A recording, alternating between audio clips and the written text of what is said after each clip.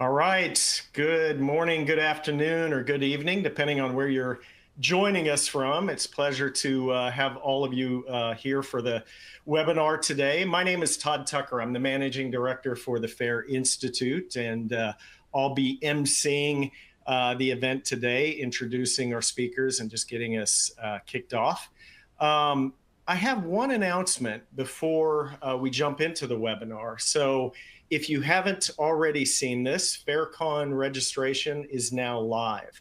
So FairCon 25, our global cyber risk management event, will bring together hundreds of CISOs, cyber risk leaders, enterprise risk leaders, and other thought leaders together in New York City. So first time in New York, a wonderful venue that we have called the Glass House. And now is your time to register and to learn more.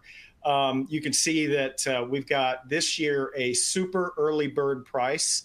Interestingly enough, we kind of stole the idea from Forrester because they do super early bird pricing.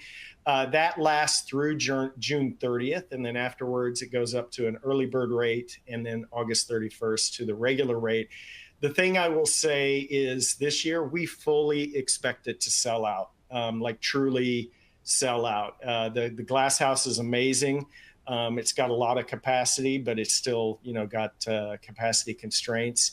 And given where we're at and some of the things that we're rolling out in terms of new education, new workshops, all of that, and just given the growth we've seen from the 23 to 24 and looking at what will happen this year, I'd say register early, not just to save money, but to make sure that you have a spot, to be really honest. So anyway, we're super excited about it. We'll be announcing a theme in the coming weeks, and then we'll be announcing and updating on our agenda as that grows. Last year, we had more than 70 CISOs and other executive speakers, lots of really experienced practitioners and experts in risk management, in FAIR. Jack Jones, of course, speaks every year. We'll see him again in New York. So anyway, just hope you all can find the time to take a look at that and register when you're ready. With that, I'm going to hand this over. So our speakers today, we have Cody Scott, who's a senior industry analyst for security and risk with Forrester. And we have Pankaj Goyal, who is the head of standards and research for the FAIR Institute. Pankaj, I'm going to hand it to you first. Thank you, Todd, and good morning, good afternoon, good evening to all of you, and thank you for joining today. I wanted to give a quick context on why we are organizing this webinar, why this matters a lot for risk professionals, for FAIR practitioners. I was talking to Cody at the Forrester Risk Summit back in December 2024, and I asked him this question that, look, FAIR has been there for a long time. Risk practitioners have been using FAIR risk quantification, and the next step or the next natural question is, how do we enable the risk practitioners to operationalize the insights, operationalize FAIR output into decision-making for the CISOs, for the CIOs, for the GRC leaders? How do we take the richness of FAIR analysis into decision-making? How do we influence the CISOs and the CIOs to make that happen? And that's when Cody had just come out with his research on the 3 lines of defense, the future of that, which is what he's going to talk about, continuous risk management. And this came in at the right moment because fundamentally what Cody will talk about is aligned to a data-driven, continuous risk management, which FAIR practitioners, which the FAIR community, the risk community can drive. So that's why I'm very excited about this topic, and I will welcome Cody to talk about his research. Yes, thank you so much, and good to be here with you all. I actually recognize a lot of the names for folks attending. This is my 7th year working with the FAIR Institute. I always love coming on and talking with folks here. Even more exciting because we get to talk about something that while it's not directly quantitative risk analysis, it is very much within the sphere of risk management. And as Pankaj said, I think it's an area where if we can make some meaningful inroads here and really kind of set the context for what the broader program should be for our organization, it will drive meaningful change. And it also helps to make a lot of the risk analysis work that we're trying to do. It makes that a little bit more easier, helps with the buy-in, helps with the process development in particular. Now, before I jump into this, I want to just say a couple of things. So as Pankaj noted, we did a keynote presentation about this research at the Forrester Security and Risk Conference last December. My colleague and I, Ala Valente, we did that based on a report that we wrote that was called No More Blurred Lines, Introducing Continuous Risk Management. And this report, in many ways, is a takedown of the traditional use of the 3 lines of defense model. But we didn't want to stop there and say, we can't just trash something that folks are using and that they're equating to risk management. And I'll talk about that in a second. But we really need to offer a solution. And this was the really exciting part of the research, because in many ways, it was a culmination of nearly a decade worth of experience, both from myself as a former practitioner in the US government, as someone who has worked with other organizations helping to build their risk programs, and with all of the clients that I work with on a daily basis, helping them with just the maturity of their cyber risk management work that they do. And the report that we published, which I'm glad we got it out before our conference, it took pretty much a year to do all of the research, all of the interviews, and to really test out the model that we're doing. So I am so excited to bring that to you today. Now, something to keep in mind as we go through this. Risk management and the work that we do in risk management is a superpower. Your risk management ability is a superpower for your organization, which makes you a superhero. Because, like a superhero, within your organization, you are helping to protect it against all of the forces of risk. And what this does is it makes me think about the fact that there are really 3 things that every superhero story has. So I want to tell you this story about this research and talk about this model within that context. So the very first thing, every superhero has a nemesis. And this is where the 3 lines conversation comes into play. So, like every great nemesis, we have the Joker here, for example, coming after Batman. Classic. I loved comic books as a kid, so you'll see a lot of these references as we go through this today. But when we think about the nemesis, what I really mean here, because this could easily be taken out of context, I'm not saying that the work that the Institute of Internal Auditors did to create the 3 lines of defense is some kind of villain. That's not my point. However, there is a foil to every hero, right? And so that nemesis is the thing that is holding the organization back. They are creating blocks. And that is what we will see with exactly this, the 3 lines of defense. So what is it really quickly at a high level? Obviously, it's 3 ways of segmenting an organization that logically create sort of a governance structure for your team. Now, the problem that we will unpack here in a moment is that the 3 lines of defense was built for one thing, and over about 20 years, it has now morphed into something completely different that has forced a lot of discussion in practitioner circles to figure out, how do we adapt it? How do we improve it? How do we make changes to it to make it fit the modern dynamicness of risk management programs today that needs to respond? And that has proved to be very challenging, because the 3 lines was never built to really deal with cyber risk in particular. It was meant to be more of that governance framework. Now, the problem here is, how did that shift happen? How did we go from a model that was designed to protect against corporate malfeasance? How did that become equated to the risk management needs that auditors go after when they're working in your organization today? Why is that now important? Well, we have to unpack just a little bit of history, so bear with me for a moment. So how did we get here? Well, it all started, like many things in the corporate governance world, it started with Enron, WorldCom, Tyco, all of these companies falling due to a lot of fraud that occurred, which really incited this regulatory pushback for greater internal control. Then these guys, you've probably never seen their faces before, but you do know their names. Sarbanes and Oxley came along and introduced what we know as Sarbanes-Oxley Act, which really worked to force that function for internal control. As that was developing and being practiced and kind of put forward into law and implemented in the United States, another thing happened across the pond where the British Financial Services Authority, I should say, picked that up and started to build on it and really lean into establishing best practices for corporate governance. But this is where we started to see the word risk thrown in, corporate governance being synonymous with risk management.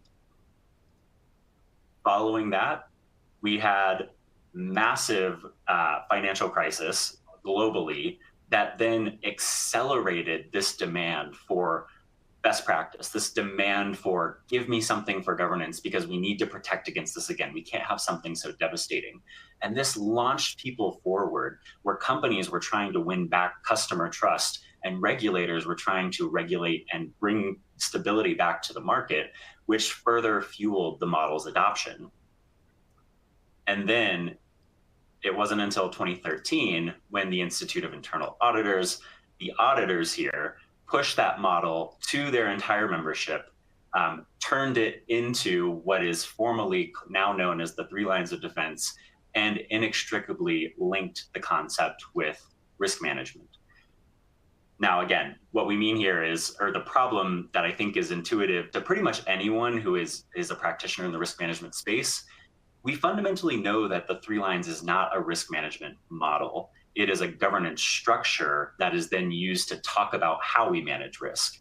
And that's really problematic because when I go to an organization and I say, hey, tell me about the maturity of your risk management program. Oh, well, we've got the 3 lines in place and we've got a well-defined team who does X. We've got these folks, they report into this. That's all well and good. But the problem inherently there is that we're talking about the who of risk management. We're not talking about the how. So what do I mean by that? Let's unpack that for just a second. This is a very traditional representation of the 3 lines model. And as you can see on the model, down on the kind of bottom section here, so I don't know if my mouse is showing through for you all, but you've got 1st line roles, 2nd line roles, 3rd line roles. You've got the 1st line who are the doers, the 2nd line who are the checkers, they're validating not the checkers, the 2nd line who are the overseers, they're overseeing that the work is being done. And then you've got the 3rd line, which is that independent checker, that auditor, whether that's internal audit or formal audit function. Now, this looks easy, right? Like you would look at this model and say, hey, that's intuitive. That works really well. That keeps things nice and clean and neat. And that could really benefit my risk management program. And you wouldn't be wrong for thinking that. I mean, hey, look at it. There are even green arrows that are pointing saying, hey, communicate with these people, right? That should solve all the problems. In practice, that is almost never true.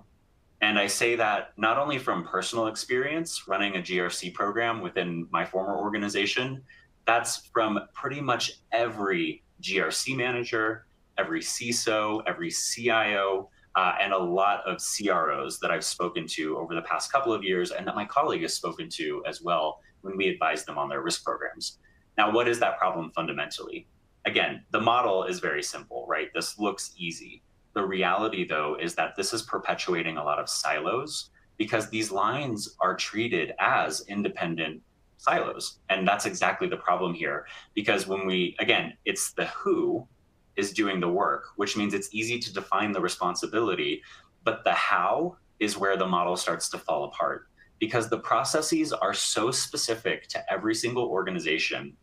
And the reality is that every organization your org model is not set up this way. You are not set up as a 3 lines function where budget flows within a 3 lines concept, where governance reviews and authority and who has what right to take what action. That is not dictated by a 3 lines model in any way formally. That's set up based on the structure of your business units, of who's in charge of what team, where the money flows in your organization.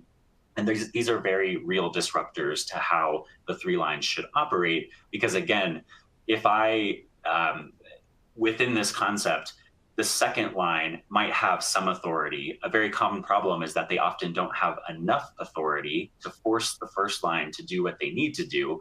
But the 3 lines model tells you that shouldn't be a problem in your organization, but it is. So the communication aspect is really important here. But the other side of the coin, too, is the fact that this was not made to address a lot of the, as I said before, the dynamicness of risk management today. So cyber risk is a good example. Where does the cybersecurity team sit within a 3 lines model? Interestingly enough, there's not consensus on that. When I talked to multiple different organizations, whether it was in financial services, manufacturing, and many others, I would specifically ask that question, and the security team would say, we're first line. Or they would say, we're second line. Or my favorite answer, we're somewhere in the middle, but it hasn't really been defined. And that is fundamentally the problem with using this model as a risk management approach, because it means the processes kind of sit in this very ethereal space where no one is really owning them or making sure that they're adding value or benefiting the way that risk management is done. Instead, what 3 lines perpetuates is this very forced function of compliance-led risk reporting. And that's not risk management. And I can say that to you all who are attending this webinar, because the FAIR Institute community is one of the few communities that truly understands what risk management should be. So that should hopefully make a lot of sense. Now, let me just reiterate that point quickly before we move into the model itself of continuous risk management. The idea here is that 3 lines doesn't hold up to the modern risk management demands. And what I mean by that is kind of 3 things. The first one being good marketing doesn't prove efficacy. So just because the 3 lines model got all of the good branding and became kind of synonymous with risk management, even though it was really designed to be a corporate governance model and protect against malfeasance and fraud,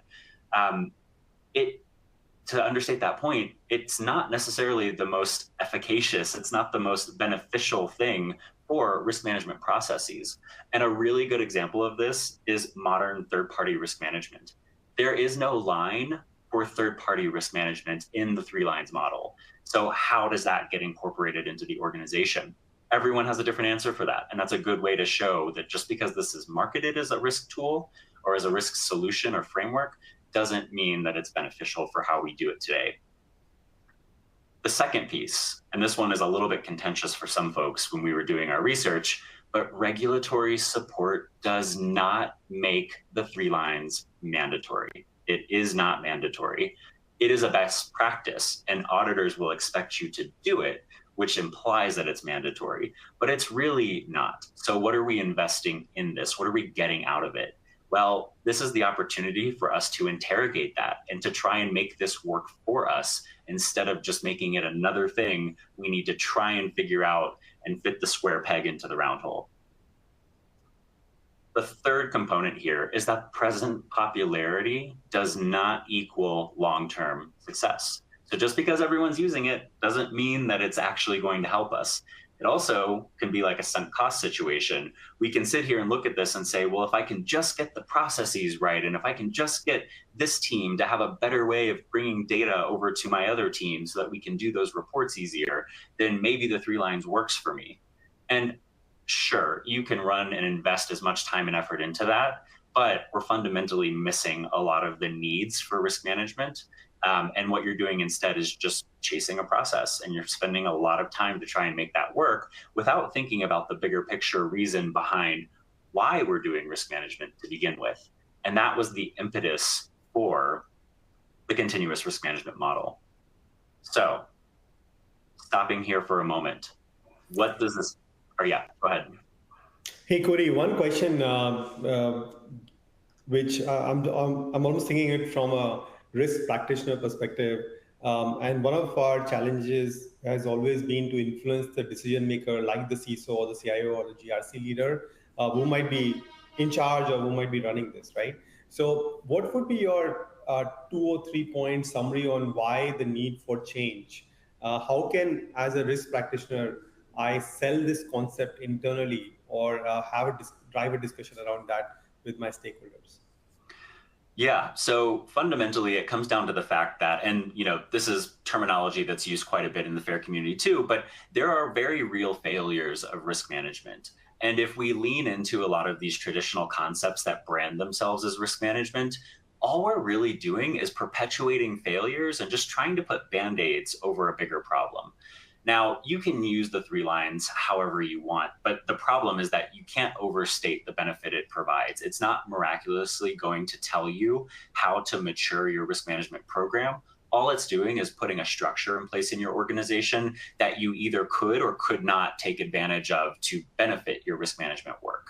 The problem here is that this model or this traditional approach it leaves the work up to a CIO, a CISO, a CRO, a CEO, anybody. It leaves the work of defining all of the process requirements, the people and the skill requirements, and the technology requirements and workflow. It leaves that up to you to define, which is what I mean when I say that it answers the who, not necessarily the how. And I think we could all agree that the how of risk management is where the rubber hits the road. That's the most important thing. One, not just to say that we're doing it, but to actually influence and design the how, the processes, the people, the tech, to design those things in a way that work for our business, that accelerate the speed of results and insights that we get, and that help to move the risk management away from the traditional concept of the Department of No into that Department of Go, right? So it's about shifting risk management to the left. And we can't do that in a traditional 3 lines approach because it's a huge blank box that is left up to you to define. And it's more like a pat on the back, good luck, go out there, try and be a superhero without even knowing what your power is to go fight crime. It's just not going to work. So there's that impetus behind it. And then kind of the points that I was making before about the fact that all of this is really doing is perpetuating silos, making it harder to get information. It's not solving the communication problem. And it's also not aligning any of your risk and compliance work to any of your business objectives or strategy that you have in place. And the last piece here, which is we don't even have time to get into this, but it doesn't even allow you to pursue opportunity because this model was, again, designed to protect against corporate malfeasance. So there is no room here to talk about opportunity that might come up throughout a decision lifecycle, throughout a project lifecycle. And that's another huge gap here that will hold you back on your maturity. So that brings me to my second point here about you as the superhero. Every superhero has an origin story. One of my favorite ones is Spider-Man. One, because I think it's kind of silly. You get bit by a radioactive spider. It seems like in comic books back then, everything had to do with something radioactive. I don't want to get bit by a radioactive spider, but at least he got the benefit of it, right? So some pretty cool powers that he can have there. So that's a pretty interesting thing. Now, I can't say that the origin of our continuous risk management model is nearly as exciting. There was no toxic waste. There was no radioactivity. There were no special circumstances. Really, the origin story of our model happened, let's see, poolside at a hotel in Vegas after a very intense debate about the failures of risk management.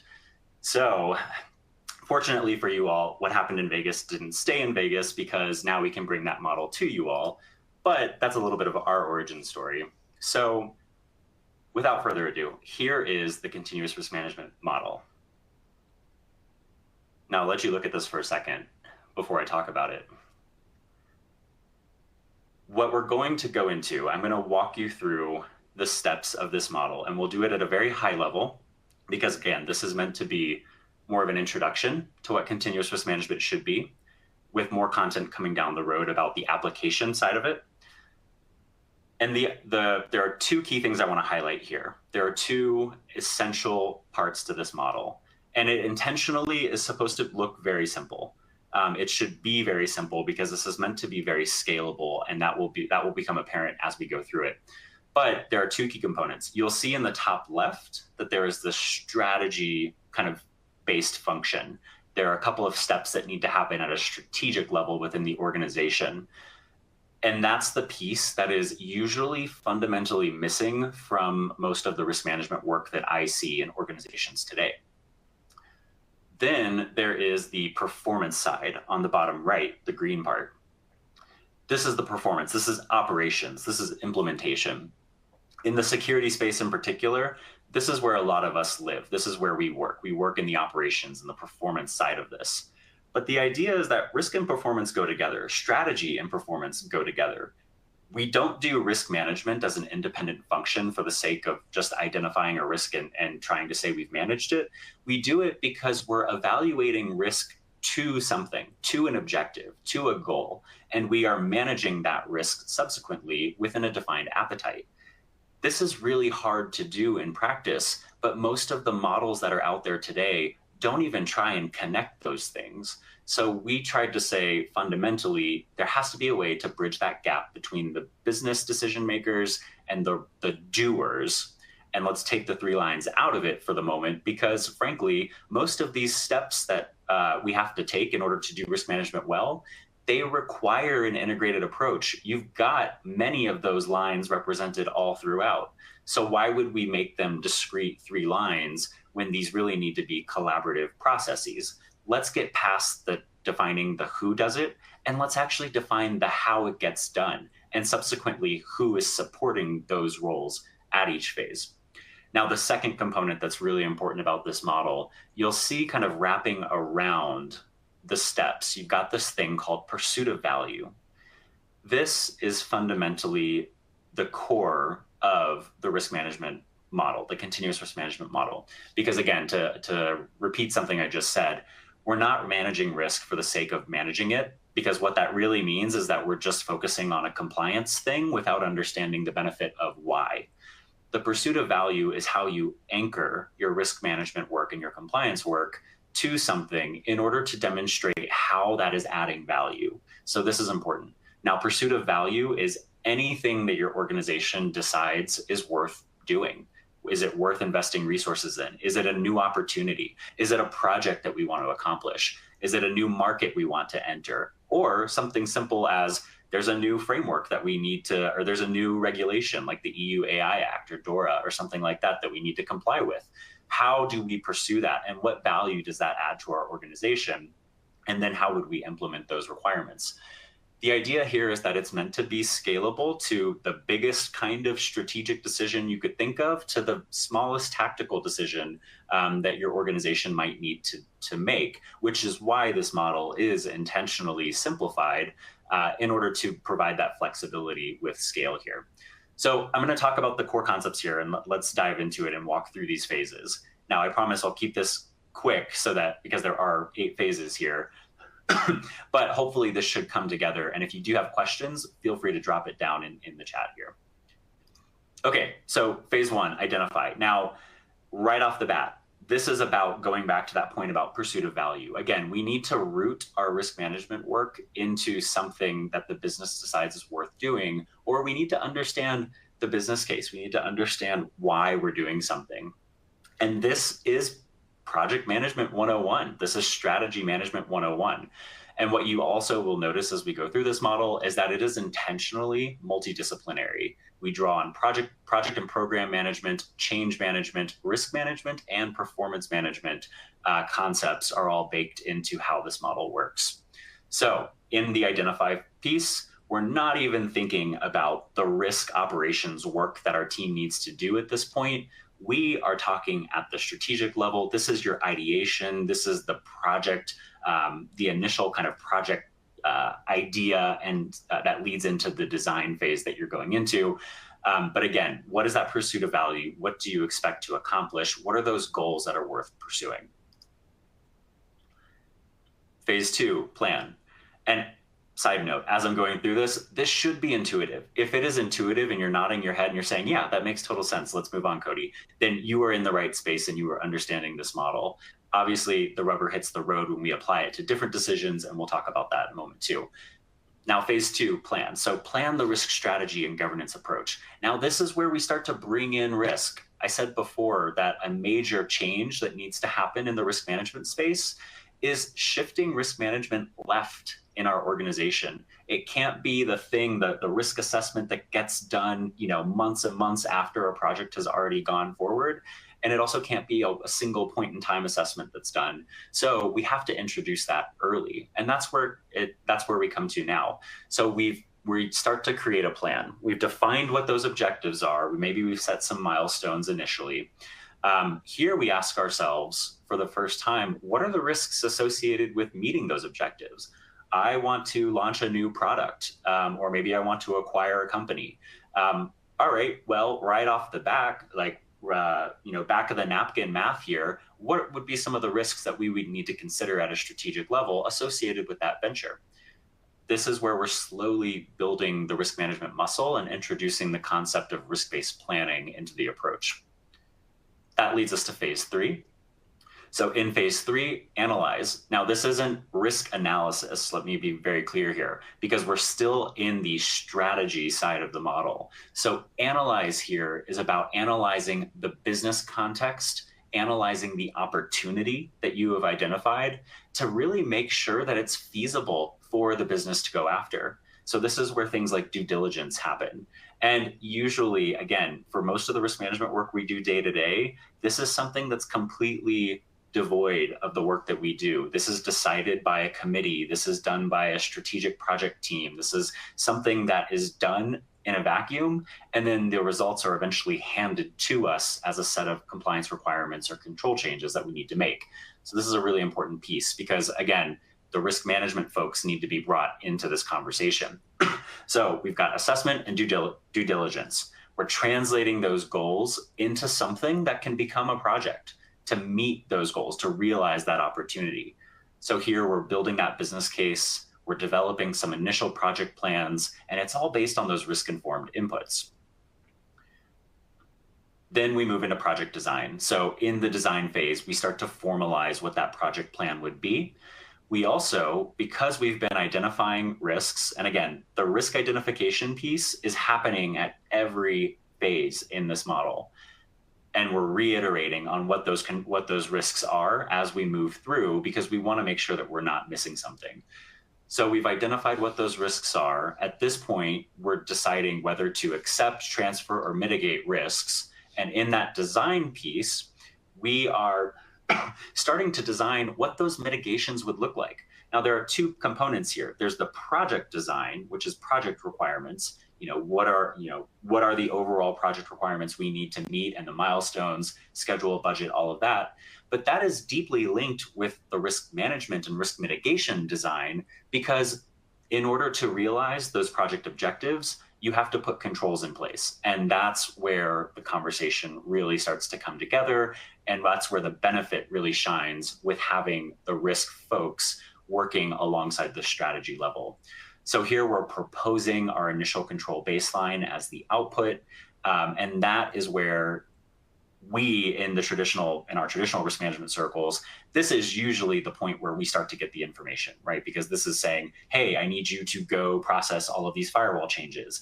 I need you to now configure a new identity solution for managing partner access. I need you to implement a new process for validating how our third-party security based on new indicators that we want to check because it relates to some new project that we're going after where these vendors are considered critical.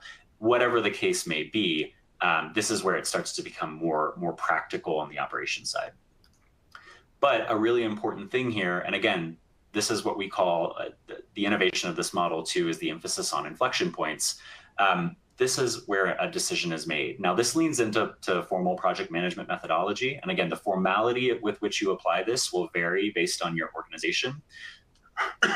But in the inflection point, this is your opportunity to ask a question, to look back and say, are we making the right decision? Were these the right risks that were identified? Are these the right controls? Does our organization still have an appetite? Has something changed? Do we have new information related to that project that would tell us that, hey, either it's just fundamentally not the right time to pursue this, Or there were other risks that have just come up now. Maybe there's a geopolitical thing affecting the new market I want to enter. Maybe now is not the right time, or maybe the control baseline is not comprehensive enough and we need to do more. That's the invitation to go back through this circle and make sure you've done that due diligence and designed accordingly.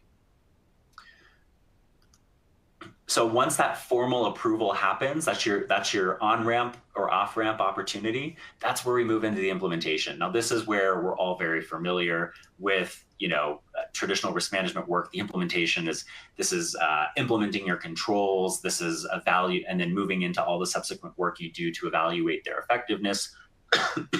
But in the implement piece, you've got the green light. This is good. You've established your goals. You've identified the risks. You've decided the risks are worth the benefits. You've designed those mitigations. So now it's time to implement. And it kind of speaks for itself in this regard, but this is all of the work you need to do. Now, an important thing here too is making sure that this is tightly coupled with the pursuit, what the project team is doing, because oftentimes the risk or compliance or operation teams are still fragmented from the rest of the project team. They might report on a regular basis, maybe in a quarterly review or something, maybe a project stand-up. But the idea here too is that we have parameters around our implementation and we can't ignore those. We should not be having substantial cost overruns, schedule overruns, things like that when we're implementing controls, because that impacts the pursuit of value. And that is a missing link in most risk management programs today. So that integrated team piece is essential here for making sure that we're staying on track.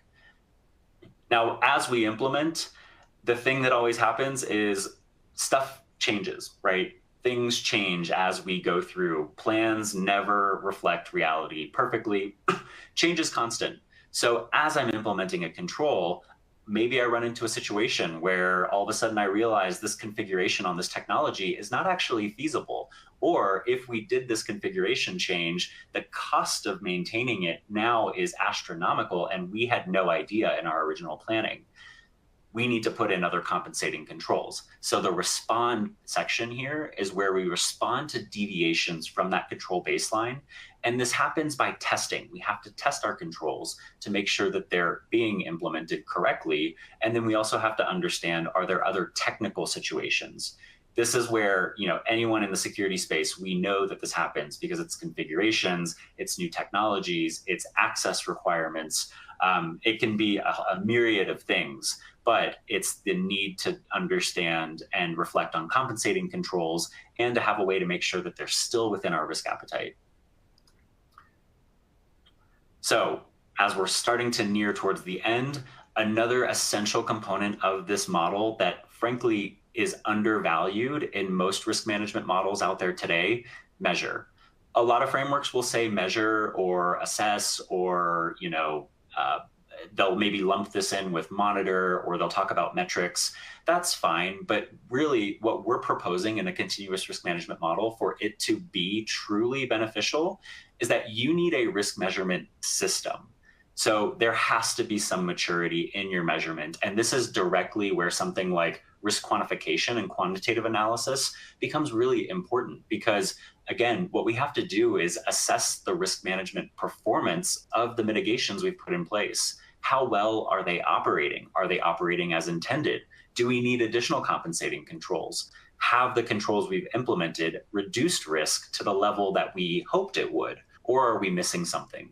We cannot rely on qualitative assessment alone to tell us this. And the stakes become even higher as that big strategic decision is scaled, as that becomes more complex. So the need for this is driven by the type of decision, but the insights that we need are essential here. And then this brings us to our last phase here, monitor.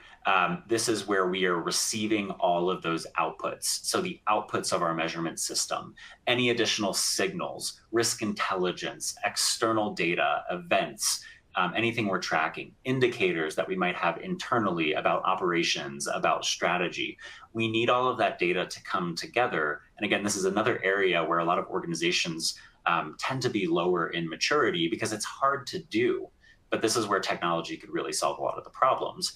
But again, this is where we're monitoring, because this is the opportunity for us to jump back and say, hold on, we're seeing a trend where something is not working as intended, or man, we planned all of these compensating controls to really make that partner access happen so that we could bring this team in to help, support Project X. But wow, it turns out that, there's too much risk associated with this, and we really need to design a better identity management solution to make that happen. And that's going to be another 6-month project. We have to monitor all of this in relation to those broader project requirements to understand how it fits in.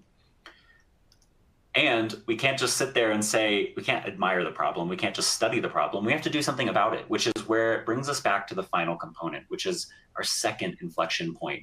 And again, this is your second opportunity as you go through the process to either have an on-ramp or an off-ramp. So avoiding sunk cost, course correcting, and most importantly, escalating when there is an issue. Oftentimes in the performance side, risks become issues, and we need ways to deal with them besides just taking it to another risk review and saying, hey, this risk is even more red than it was the last time I came here. No, this is where we take advantage of the data, the quantitative outputs, the measurement, and the signals and indicators to show just how significant the problem is, and that problem is within the context of achieving that broader objective. So that was a really quick, high-level overview of just how to go through this model. There is so much work that we're putting into new research this year that talks about how you apply this in different use cases, particularly how a cybersecurity program can operationalize this kind of model. But my goal here was to give you a flavor of how this model works, and to show you too that it's intentionally simple, but what it should do is it should provide a formal structure for a lot of the work that you're doing today. And it should give you and show you an opportunity where you can collaborate, better integrate with other processes, and bridge the gap where you might be having friction in your organization to get a lot of the outputs you need to make your work more effective. And again, leaning into that multidisciplinary approach to really make this value add so that people of a variety of backgrounds in your organization can use this and can see how they fit into a common process. Because again, this is a domain agnostic risk management model. So that commonality, that shared responsibility, and bridging the gap between traditional operations with the strategic side of the business, these are all goals that this model is intentionally designing to solve that were left completely unaddressed within the 3 lines model. So what does that mean overall? Let's recap here. So fundamentally, with continuous risk management, we can lead with pursuit of value instead of fear of penalties. I'm no longer implementing something like 3 lines, and I'm no longer doing risk management because auditors say I do, and I get in trouble if I don't have the right policy spelled out specifically with the right number and the right documentation. Instead, I'm focusing on what matters most, which is getting better decision insights to influence decision making. And what I'm doing is I'm taking the pursuit of value as the driving function behind my risk management work. I'm also able to better navigate turbulence and uncertainty to lead to more resilient outcomes. So with those inflection points and with the formalized phases in that model as you go through, those are opportunities to ask questions and to say, hey, is this still the right thing to be doing? Did we design these mitigations appropriately, or do we need to change them?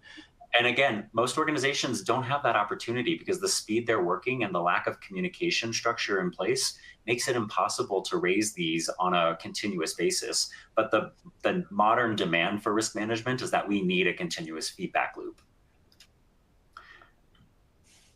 Another point here, identify upside opportunities and act on them. This model is also, because it's rooted in the pursuit of value, it is fundamentally about capitalizing on opportunities as they arise and course correcting to make sure you're maximizing that gain. Whereas in a traditional approach, it's not even on the table. And the last point here, keep pace with speed of innovation. So again, my point here, shifting risk management to the left. That is a huge That is a huge goal of continuous risk management, to allow that speed of innovation, to make risk management not be a barrier because it's contributing from the start at the highest level. And in most programs today, risk management is perceived as a barrier. And it's really unfortunate because we don't deserve that friction, but it is the friction we have to live with. But we could do better, and there are better ways to get past that. So I want to leave you with a couple of key takeaways here. So back to our hero story. Now, the third point here is that every superhero has a sidekick. Now, I was going to put a slide with Batman and Robin because obviously that's the most famous dynamic duo out there. And you're looking at this and you're like, Cody, you don't know anything about superheroes. These are not sidekicks. And I would totally agree with you, except I went down a rabbit hole on Reddit a few days ago, and there's actually very intense debates about what constitutes formally a sidekick in the superhero world. So I encourage you to check that out if you have spare time. It is a rabbit hole, so maybe don't spend too much time going into it. But I did just rewatch a lot of the X-Men movies, so I was like, you know what, why not? The concept here is a team. Let's throw a team up here. So you have the power to get started with continuous risk management today. And I'm going to give you 3 key takeaways that should help make this a little bit easier for you to consider. Number 1, use this model to define your ideal end state. So as we were building this model, it immediately clicked for us that, hey, this model actually can become a framework for assessing your own needs. It can be a gap assessment tool for your program today. So even if you're not comfortable with moving forward and saying, yes, we're on board and we're going to fully implement all of these changes, there is a way to start to at least figure out what you need to do. You can take that model and say, all right, how would we go through the phases of each of this model? Do we have the data we need? Do we have the people on board? Do we have a way of communicating with these people? Are we at that table when these decisions are being made? Or is there not maybe a governance review or a formal function for communicating some of these issues? And are those serving us today? Are they really working in our best interest? Or is our team just very frustrated with either the lack of attention that our team is getting or the lack of data that we're able to provide to answer questions? If you walk through those phases and you find those gaps, that is a good sign for you to figure out how you can start to raise the level of maturity in your organization. So at a very beginner phase, just look at the model and think about that. And again, in our report, we go more into the inputs and outputs, and there will be more research down the road that talks about the process requirements to make this happen. Second piece, mirror your technology workflow to your decision workflow. Now, that's a lot of buzzwords. What does that mean? It means you're already doing a lot of risk management work, and you're probably using a lot of risk management tools. You probably have a GRC tool. You've probably got other risk tools. What you should be doing is thinking about, again, from that process perspective, where in the life cycle could technology help to speed things up? I've got a workflow in my GRC tool for a formal approval once a risk acceptance is done. Is that working? Is that sufficient? Is it being done at the right time? Does that need to be tied into something else? Does it need to be integrated with other records in our project management system? Make that technology workflow match your decision workflow, because that's going to help you speed up and make sure that you're able to deliver insights to the business when those decisions pop up during reviews.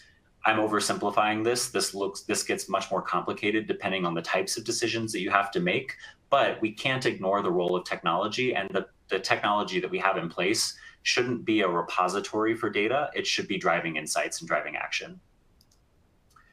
And the last piece here, now, while I am very pessimistic of 3 lines, and I call it our superhero's nemesis, the reality is that it's not going away anytime soon. So what do we do about that? Let's make it actually work for us. So if you're using 3 lines today in any capacity, at least take advantage of the thing that it was initially designed for, not risk management, but for the structure, the people aspect, the who. You've got a first line. Okay, great. How formalized are they within your organization? Well, if they're very formalized and you've got roles and responsibilities documented, that can actually be used to your advantage. So take away the things that are detracting from your organization, the lack of process, and take advantage of that thing that is solidified, which is the roles and responsibilities, and use that to right size the requirements you would need. So, hey, I've got this team over here, these sets of control owners across these different business units. I really need to have a way to better communicate with them when we get, signals from this risk assessment tool that we have, or this risk intelligence, or if they have automated indicators, I need a better way of tracking this information. This is the opportunity to raise that concern with them, to formalize any requirements that you need with them. And again, make it work for you. Take advantage of what's already there. And with that, I will stop my presentation and I will turn it over to questions. Well, Cody, thanks a lot for sharing your research. I know a lot of follow-up research is coming and it's on the roadmap. I'm noting down the questions, so I'll try to go through as many as possible over the next 10 minutes. The first question was that, is the Forrester research available only to Forrester subscribers? Like, how does some members, they wanted to read the paper? Yes, at the moment, the full details of the report are only for Forrester clients at the moment. There are free resources that we publish too. So right now we have we publish blogs that are free access to anybody. So we have a blog that summarizes a lot of the model and kind of summarizes some of the information I shared here today. And there will be more blogs that talk about the subsequent reports that we publish. Again, the process model, how it's applied to a security program, and some more of the inner workings of how to apply continuous risk management in different contexts.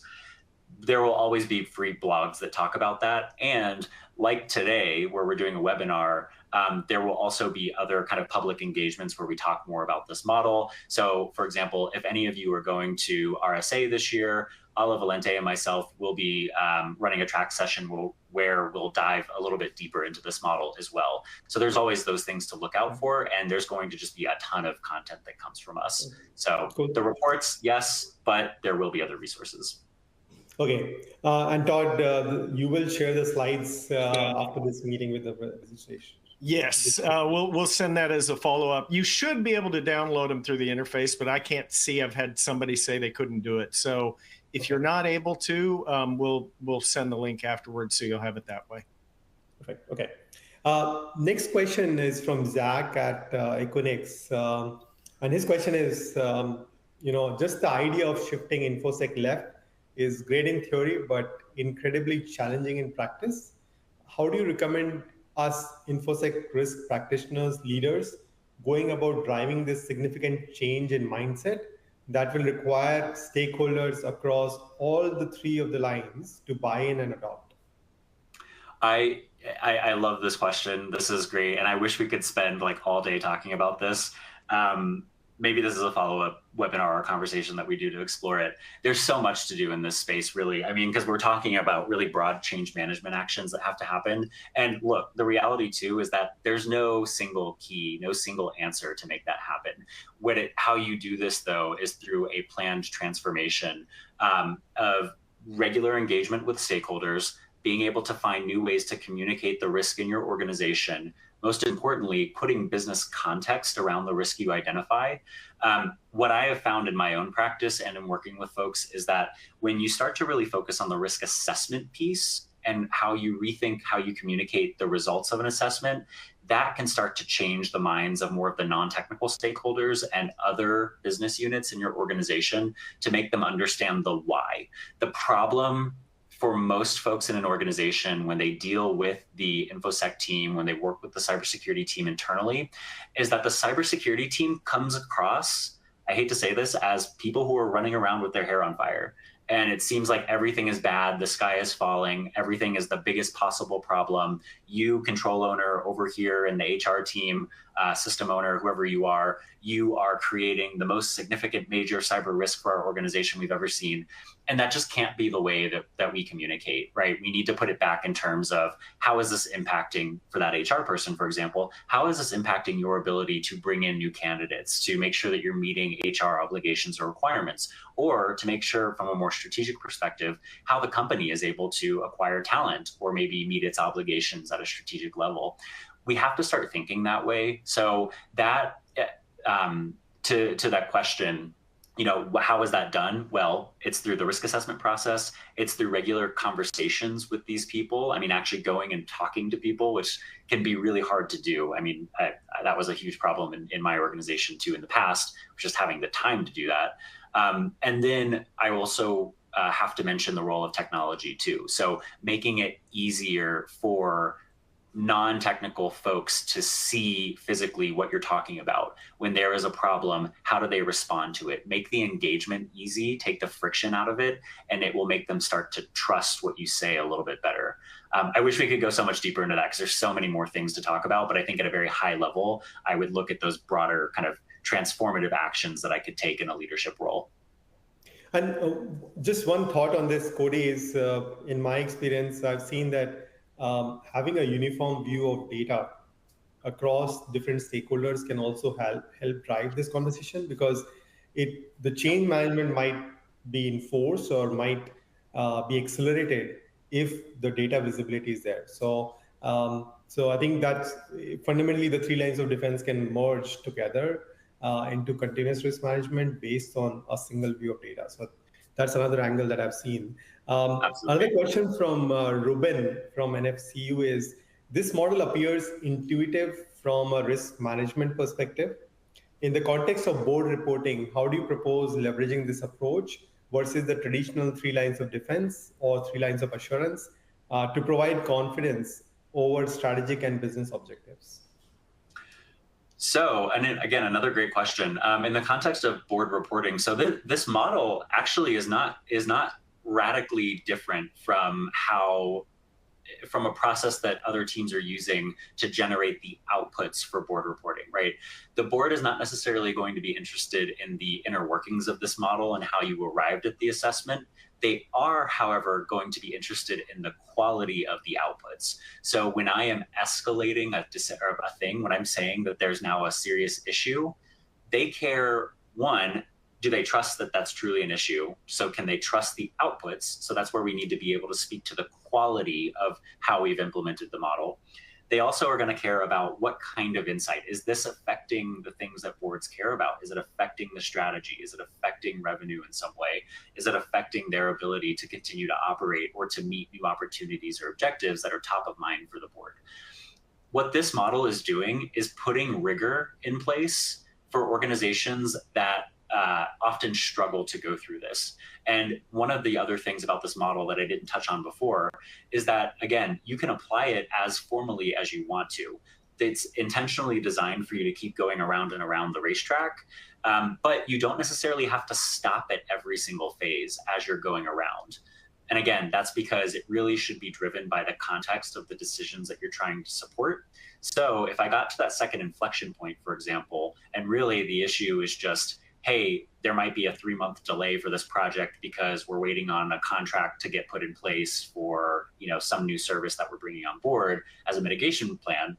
I need to be able to communicate that upwards. But the important thing is that I'm showing the impact. And that's also where the risk measurement system that I talked about becomes vital, because that risk measurement system is not just there to say, are the controls operating as intended?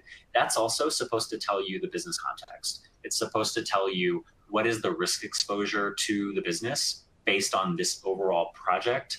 And has the work that we've done now started to diminish the return on value that we would get from our plans? Because then that could tip the scales, and that's where the board is interested, because they're going to say, hey, we thought our return was going to be X, and now you're telling me that it's, we're only going to realize 20% of that value. Is this even still worth it? Again, the whole point of the model is to give you the rigor for that discussion. And that's kind of where I would tie it in with the board reporting piece. Yeah. And one data point to add, FAIR Institute, we did a research, primary research with board of directors, board members last year, and about cyber risk reporting or cyber reporting. And their number one pain point was subjectivity versus objectivity of inputs going into the reporting. So again, I come back to the theme of data, that continuous risk management, which is data supported or data driven or objective, will go a long way in building confidence with the board members. So definitely there are more questions here, Cody. So I think the community wants you to be back for another webinar. When should we look? When should we expect the next version, or let's say the follow up to this research that you talked about, Cody? Yeah, so we're working on a report right now that will be, like I said, more of the detailed, like in-depth process model. So what are the inputs and outputs of every flow, of every stage of the model? Who should be involved? How is that operationalized? With a bit more context of examples that you might go through that are very common for organizations. So that I'm really excited about that one. That will be coming out probably in the next month or two. And then after that, we're going to be doing a report on how this is applied, how a security program from a programmatic perspective can take this and embed this in the way the program works. And spoiler alert, what that really gets to is the concept of mirroring or blending or marrying risk operations and security operations and making those come together to serve business value. So that's my teaser for that, but keep an eye out, but those will be coming over the course of the next several months. Of course, as I said before, there will be RSA where we'll talk about this and do a keynote there. And hopefully through the FAIR Institute, we'll do more to dive into this. Because I, for one, I might be biased, but I think this has a lot of power to be very transformational and to really just simplify the work that we do, because we're all too busy and we deserve to have a little bit more control over how the process works and to make sure it's adding value to our peers and our stakeholders. Awesome, Cody. Thank you for that. And I will hand it back to Todd to conclude. Yeah, thank you, Cody. That was great. Really appreciate it. Appreciate everybody being here and having so many questions. So yeah, we definitely need to have Cody back, and we'll have other forums for where we can answer these questions. Thanks for attending. We will follow up via email, so you'll have a link to the slides through that if you didn't get it today. And if you have any questions for us, you can always reach us here at the FAIR Institute. Thank you, and have a great day. Bye. Thanks, everyone.